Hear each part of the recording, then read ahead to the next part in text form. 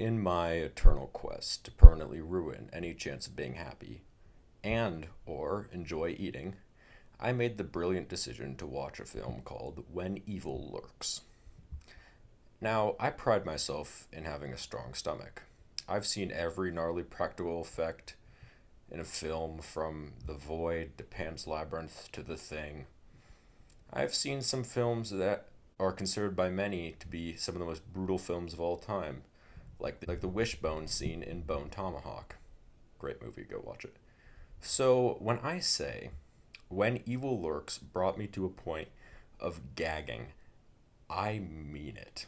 This film surpasses my previous most disgusting film, Bring Her Back, to the point where it makes that film feel like goddamn Ratatouille.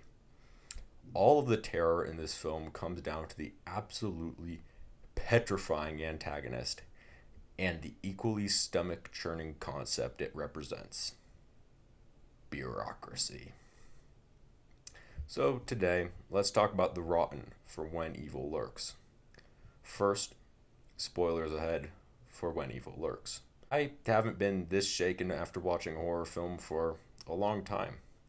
I genuinely woke up in a cold sweat after having some seriously weird nightmares stemming from this film. The main antagonist from When Evil Lurks is presumably the demon Azrael, but seeing as that is, I don't think ever strictly confirmed to be the case, I will be referring to it as the Rotten, except for when I don't. Just know that I will use the Rotten and Azrael at different points. They're the same entity. The Rotten is truly a terrifying and unique depiction of a demon. This comes down to three things and are the reasons this film is brilliant. They are, of course, the way the Rotten behaves, its appearance, and what it represents. To start, the world building in When Evil Lurks is impeccable. The demons known as Rotten, or possessed, are known about by just about everyone, including the government, which is not only very interesting and a decent departure from action film norms where only a select few know about demons, but it is actually also pivotal to the core message of the film, which I will talk about later. That's a surprise tool that can help us later. But the way the Rotten acts is also very special, as it has a very specific set of rules that must be followed, and everyone knows about the rules. In fact, they are so well known that there's a little nursery rhyme about it that even has a little jingle that is deeply distressing. It's dark. These rules make it feel very fresh, and because they're not the usual demon rules like, oh, don't say its name 3 times in a mirror, don't read the Necronomicon. No, the rules are like, don't kill it with firearms, don't fear death, avoid electric lights, and just some other things that are very unique to the Rotten and actually very unique to the themes that the Rotten represents. But the Rotten also behaves in a very unique way, as it acts more like an infection or a blight instead of a ghost. The ultimate goal of the Rotten is to be given physical form. In order to do that, its host, the thing it's possessing, must be killed. I don't think the Rotten can kill its host. It seems like someone else has to do it, and someone who's not under direct control of the Rotten. Provided that it is not killed in a very specific ritual, the Rotten is born into a physical form. But let's talk about all the horrors it enables in order to achieve its birth. The Rotten actually acts a bit like the marker from Dead Space. It can compel certain individuals in a proximity to it to commit actions on its behalf. It seems to compel children more easily because of children's natural ability to be evil without meaning to, or as the movie put it, evil loves children and children love evil. Essentially, the Rotten is a combination of a bunch of different horror movie characters. Its way that it can compel children gives hints of Aunt Gladys. It also has other traditional horror movie tropes, as it can raise the dead, a la Necronomicon, and can drive local wildlife mad, a la Cujo or The Witch. Its bevy of abilities lend to this impending sense of doom that you get throughout the film. it can't really compel anyone other than children to do its bidding, and because it cannot make the children kill its host, I don't think it can be born if it uses a compelled. So it has to compel others to essentially trick them into killing the host. And it does this through some very unique ways, essentially going back to that don't be afraid of death rule that was given, because it latches onto those who are afraid of death, as they will more likely give into fear, and those that give into fear are more easily manipulated, which is why Pedro, the main character, in the end, allows the Rotten to be born as he kills the host, Uriel. But now let's talk about the Rotten's appearance and how, when evil lurked, created a truly disgusting entity. Let's start with the infected animals. They show little change in appearance, but the way they act lends to two of the scariest scenes in the film. The goat scene is haunting and foreboding.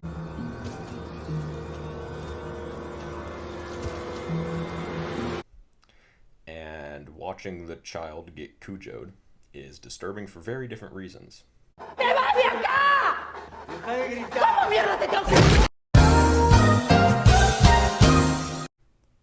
Fun fact, that dog scene is actually practical effects. They used a trained dog and a mechanical puppet. Talk a little bit more about practical effects in a minute. Much more apparent when the Rotten starts to corrupt people compared to the animals, which really only changed in behavior. The corrupted children are unnaturally pale and sickly. Bruising and hemorrhaging can also be seen in some of the children. But let's actually talk about the Rotten. And if you didn't see the image from this film of the Rotten itself, or more accurately, its vessel Uriel, when this movie first came out, I would recommend watching this film then coming back. Second, the Rotten lives up to its name. Uriel looks like something found between Nurgle's toes and is the source of the corruption.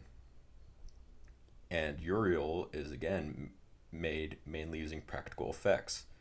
He is a masterpiece. And yeah, it's disgusting.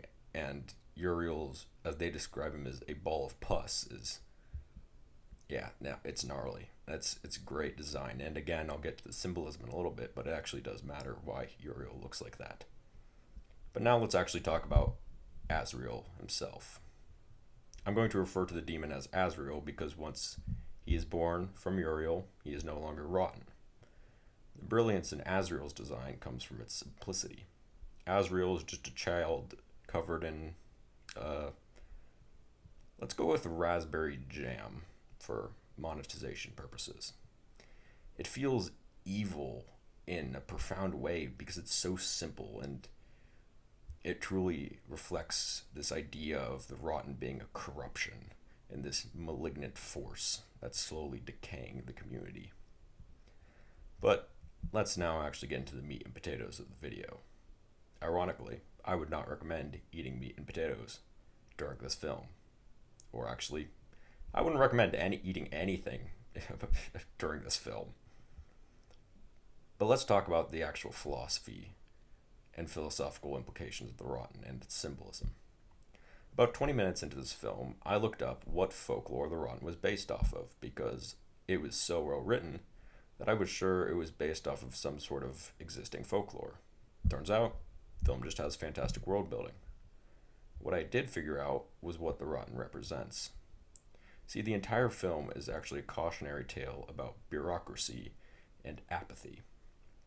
At first, this feels a little bit like a stretch, but when you really think about it, it makes perfect sense. See, in an interview, the director told people that he got the idea for the film from a story about pesticides causing cancer in Argentina. If you compare the Rotten to the pesticides, the whole film falls into place. See, in the film, the government is well aware of the dangers of the Rotten and has a process to destroy the Rotten, but they are relatively reluctant to enact these measures or double-check their efficacy. Now, where have I heard something like that before? I don't know, maybe just every deadly industrial chemical from radium to leaded pipes. The whole film circles around this idea of human apathy leading to destruction. The characters in the film choose the easiest option at every possible moment, therefore enshrining their doom.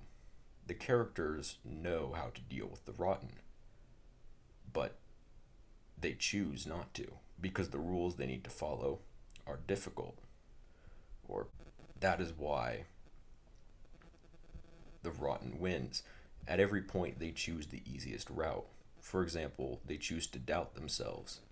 Even when a character has directly seen the rotten, they still choose to deny that they have seen it and question themselves because it's easier to pretend to turn a blind eye than it is to confront a problem. So when society says, maybe you didn't see that, too often we choose to go, maybe I didn't, thus damning ourselves. The appearance of the rotten also has some interesting philosophical implications. See, the rotten's appearance and the way it acts is very simplistic. Don't get me wrong, it tricks the characters, but I never felt like I was tricked as a member of the audience. And I think the simplicity of the rotten is intentional. Evil is usually pretty simple. Usually moral dilemmas don't come down to two options that are equal in moral quality. It usually comes down to either choose to do what you know is right, or choose an easier, less morally good option. And I think the rotten's appearance reflects that. Evil is not hiding, it's out in the open. It's not a question of right or wrong, it's a question of right or easy. There's one more interesting thing I want to talk about, and that is the blood that Azrael marks on Pedro's forehead. Now, I actually think this is both very important and rather interesting. At the very end of the film, Azrael is born from Uriel, after Pedro bashed Uriel's head in with what appears to be an astrolabe. Azrael walks over to Pedro and marks his head with the jam. After Pedro gets home, he finds himself unable to wash the mark away. While this might seem confusing, I think it actually makes a whole lot of sense if you go back to the whole idea about this film being based on pesticides. Think about it. Who is most affected by the rotten's presence? The children. Pesticides in Argentina were causing birth defects in the children, as they were the ones who were suffering. The adults, those who are already aged, like Pedro, who is, I think, in his 40s by the film's estimates, are not as greatly affected by these chemicals. So the rotten is not directly affecting them. But as you see through the mark on Pedro's forehead, their actions can never be undone. The damage and harm caused by this foot dragging is a mark that will never be able to be washed away, and history will look back in a negative light on these people. Anyway, go watch When Evil Lurks. Also, thank you so much for getting to 200 subs. Also, I have a mic, so if I no longer sound like Jigsaw, that's the reason why. And now I'd probably just sound like Billy Loomis from Scream. Anyway, thank you guys so much for watching. Peace.